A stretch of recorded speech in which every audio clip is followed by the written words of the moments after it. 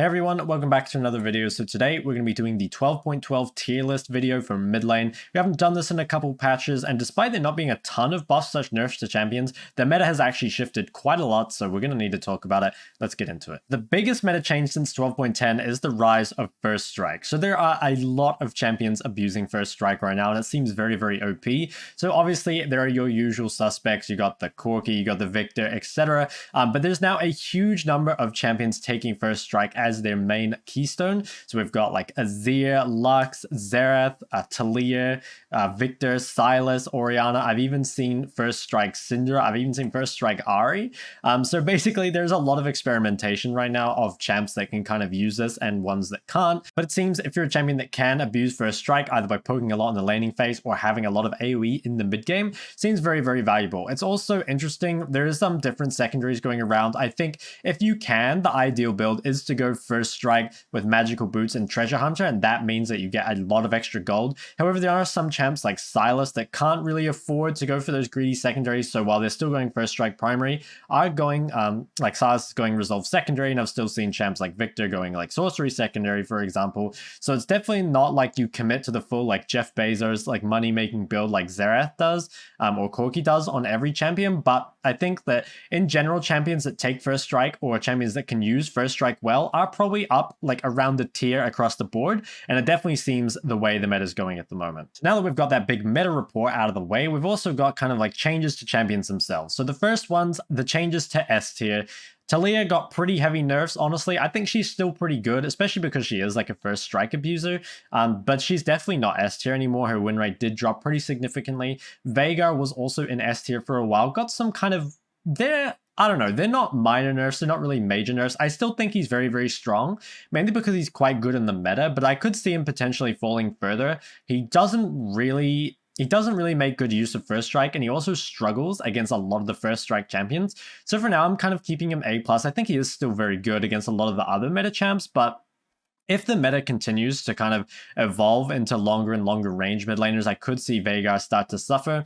But the real like big winner of all this has been Silas. So Silas got some buffs, also a First Strike user now, and has come into S tier. I think Silas is really, really good at the moment. There have been a lot of people playing him in high elo to really great success. And obviously Ahri just kind of remains here patch after patch. Like I swear to God, the champion is never going to get nerfed, and still remains, in my opinion, the best mid laner in the game, especially blind pick. Like that's one thing that I think changes the tier of a lot of these champions.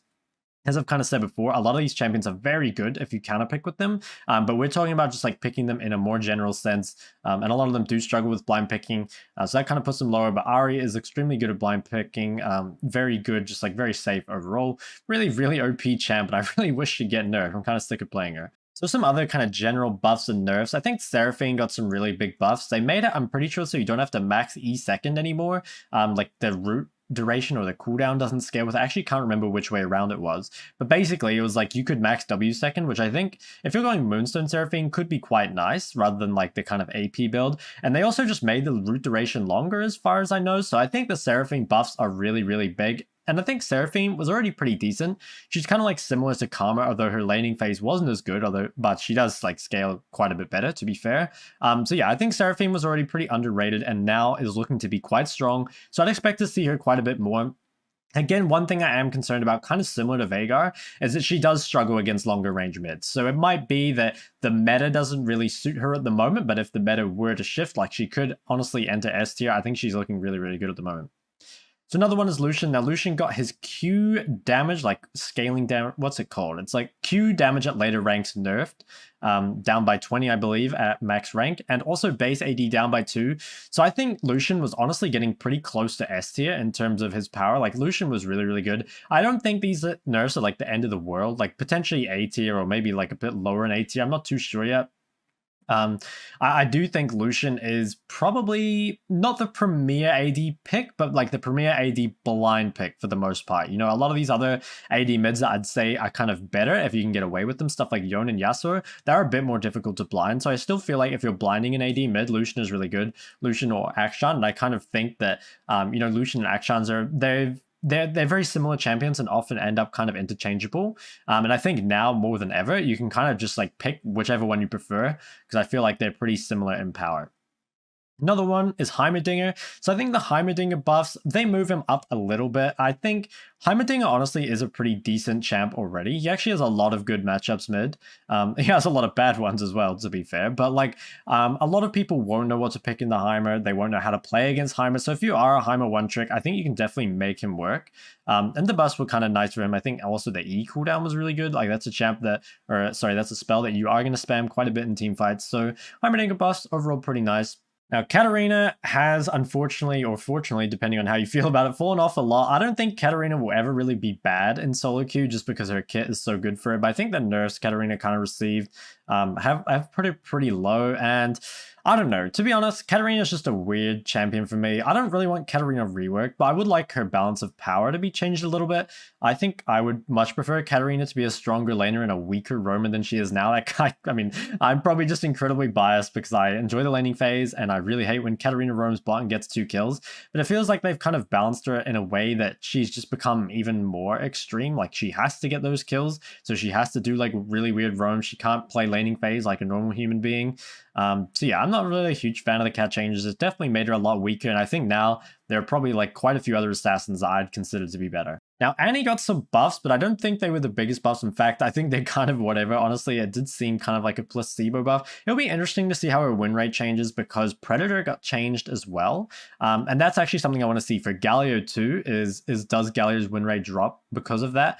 So I'm not too sure about Annie and Galio though. From my understanding, I don't think they'll be hugely different, but I kind of want to wait and see on this. I think, yeah, there's potential Annie actually goes up in win rate, because I think a lot of people don't use Predator that well anyway, but I would expect Galio's win rate to go down, although he's already like quite good in solo queues, so, you know, I'm kind of okay with that. So I think that's pretty much going to be it for this video. As you can see, there aren't a ton of changes, but I will say the biggest things really are the S tier changing, you know, with the nerfs to Veigar, the nerfs to Talia, and Sylas becoming very, very strong. I really think Sylas is broken, maybe even better than Ari. Okay, we won't go that far, but anyway, he's really, really good, right? And I also think the first strike meta really is the future. I've pretty much moved up every first strike user, like either within their tier or even like a couple tiers.